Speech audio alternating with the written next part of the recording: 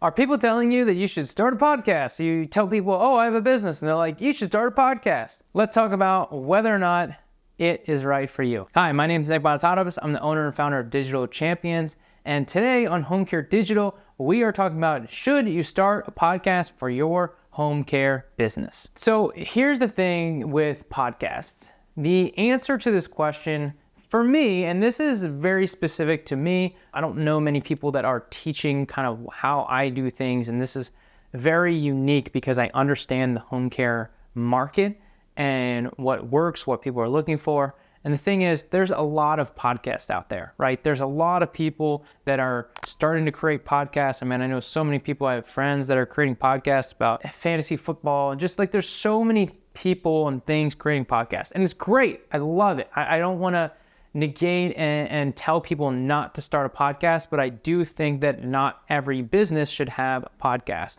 And so for me, for example, or consultants or coaches, podcasts are great because you're targeting business owners, people that want to come and learn. They're willing to sit, maybe watch an hour, listen to an hour. They have this, really thirst for knowledge. Whereas home care, you're not always getting that experience. They're not going to sit down and necessarily watch an hour video or talk about dementia. What I often see when people create a home care podcast is that there's so much fluff and just nonsense. Oh, hey, how's it going? Oh, did you see the football game this weekend? And there's just so much non-helpful information in today's market, in today's world. They just want the information to their problem. They just want you to help them solve their problem. And so often with a podcast, the first question so often that I see is, tell me more about how you help businesses. Great. Let's start with the sales pitch right out of the gate.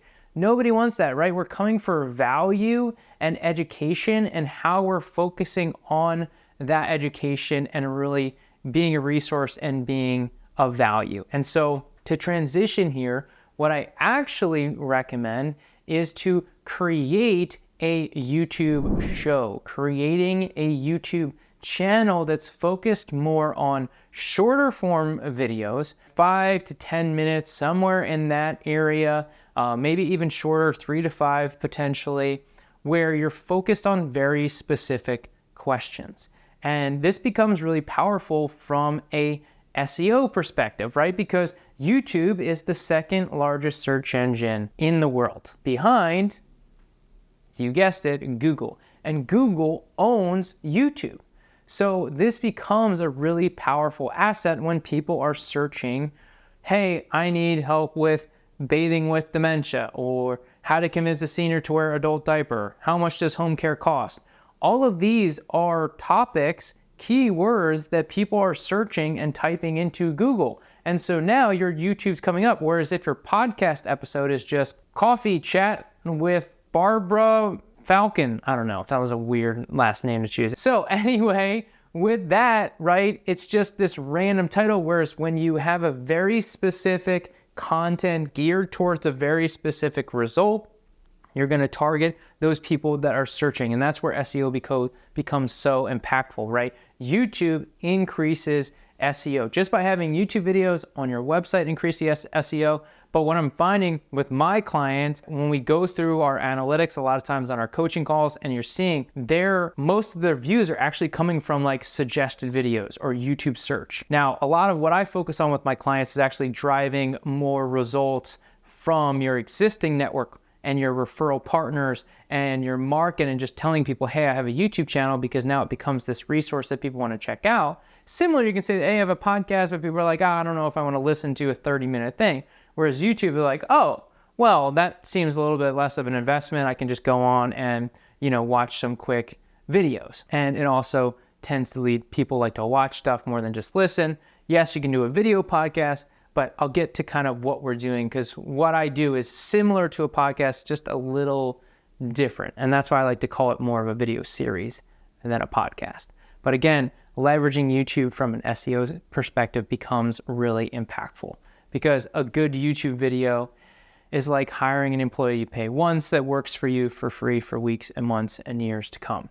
I use Dawn a lot in videos and examples because, again, she's crushing it. She's got over 10,000 views. This video was posted 2 years ago and it's still driving results for her business because people are searching this, right? People need this information. And so you can have one video that just continuing to produce results again and again and again. And what this does, that's kind of different from a podcast. A lot of times people want to do a podcast. They're like, oh, well, it's easy. I just get on and I ask this other person questions. That's really easy. Yeah, no kidding. Since when is easy the way to get the greatest results?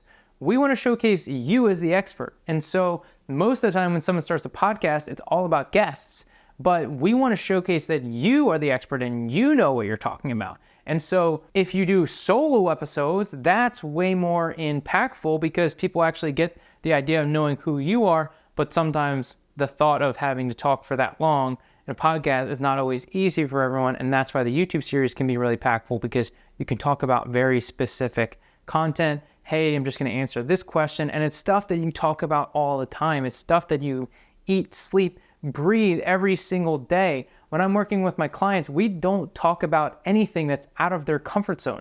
We're focused on the topics that they know because they're saying they're an expert, so they should be able to talk about it. You shouldn't be trying to talk about anything that you're not actually an expert in, that you don't actually know about. And so it becomes easy to choose topics based on just things that you hear in the market that people are struggling with. And talking about those things becomes so much more impactful. Take Jonathan, for example. This was so powerful in understanding how you can leverage from a guest standpoint. So again, podcasts, why it's beneficial, you get in front of a new audience, it becomes really powerful. But what I actually teach is focusing on very specific questions for your referral partners so that you're not just doing one long video, you actually have them do a series of short videos focused on specific questions. So Jonathan's example here is he actually did 3 different assisted livings and had them all answer different questions. So it wasn't this long podcast drawn on. It was very specific questions that people need to know. And now these become assets for these referral partners. They may even put these on their website. They're going to want to then share it on social media. It's way more likely to get shared and watched when it's this like shorter, smaller clip focused on a specific question. And then you can even repurpose these 3 to 5 minute videos into, 1 minute clips that you can use on TikTok and Instagram Reels and YouTube Shorts. So many elements of then repurposing this content into shorter form, but the longer form with the guest, with you, focused on SEO specific questions is going to be so much more impactful than just like, oh, I'm going to start a podcast because it's great and we can bring on guests and I don't have to be on camera. Now, don't get me wrong, right? A podcast can be effective in the fact that you are just talking with people and getting them to open up and talk and share. And you can still use a podcast the same way that a video series as an asset to get more people to want to work with you.